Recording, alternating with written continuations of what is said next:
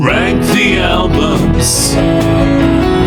Those Deadest of Kennedys are a really important band. They're like the Sex Pistols of punk. The first album is a vital slice of hardcore punk. It sledgehammers along with a lot to say because of their strongest asset, lead singer Jello Biafra. He brings a clowning character to the Kelly hardcore scene, which could otherwise be at risk of being self-serious. And there's an enjoyable hokiness to the music in general, like it's the theme tune to an action TV show. And whether or not that was sincere, it functions as a good pastiche of media America. This album is the Nevermind the Bollocks of punk. They're not afraid to admonish their listeners, and there's not much to take offense at when, they're right. Definitely listen to this. The version I've got comes with a second disc, but it's obsolete due to this convenient little package, a compilation released after the band disbanded,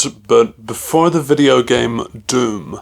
Despite its nature as an oddities compilation, it still shows the band absolutely blazing. The single versions are different enough to be worth hearing, and a lot of the unique tracks are very worth hearing. You can't go without Police Truck. With how explicitly political the Dead Kennedys were, you'd kind of expect their music to not age that well, to not survive getting republished, but nope. It's still relevant because we still have the same problems. Bigger problems now. Being right about stuff doesn't change it. Have you seen my YouTube? But it at least makes great music.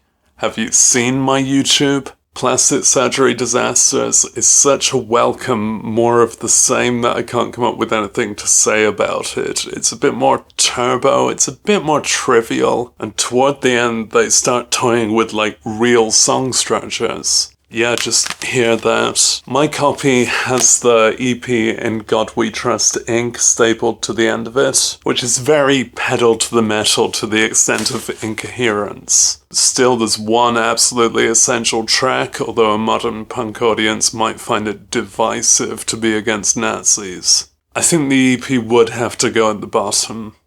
Sometimes a lyric will make you say, "Oh, Jello, you can do better than that," and that's how you find the songs written by the other band members. The hurtling energy still generally saves these tracks, but less so on the next album. Frankenchrist is not without that energy, but it has just 10 tracks, and most of them are above 4 minutes. That's really exceptional for this band. It still works, but the production is very mid-80s, very trebly guitar and that horrible artificial drum sound, and the performance is kind of lacking outside of the vocals, which are as essential as ever. You've got to love when a punk band targets masculinity and shows that the kind of violence of punk is meant as a completely separate thing from that. Yeah, the barbs are all pointed in the right direction. It's a criticism of corporate America, and the mid-80s really needed that. It's not the pace, but the sound that makes this their poorest full length. Really though, it's so close. I had to revise quite a bit for this video, and for a long time I thought that was going in second place. You still need to hear it.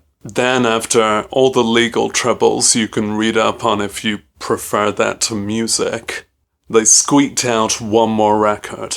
Somehow not the sound of a contractual obligation. This is furious hardcore punk with a lot to say, full of energy. This is from before Bad Religion came back, and it's a great example of that kind of content. The Kennedys' more unique sounds are lost in the acceleration of this. It's a bit more generic hardcore punk, but it's worth it for 21 tracks railing against all types of harm and corruption. Because generic hardcore punk is a good thing, at least one massive album full of it is. It's still got some 80s sounds, some incoherent bits, some sped up vocals, time wasted on skits. If the band stayed together, this might have been a sign of them going downhill, but they didn't stay together, so we just got the top of the hill.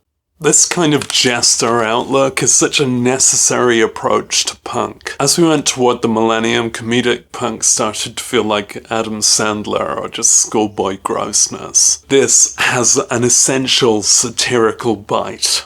Jello's career does not end there, not by a long shot. He's done plenty more punk music and spoken word. Go and look that up. The rest of the Dead Kennedys are technically still alive.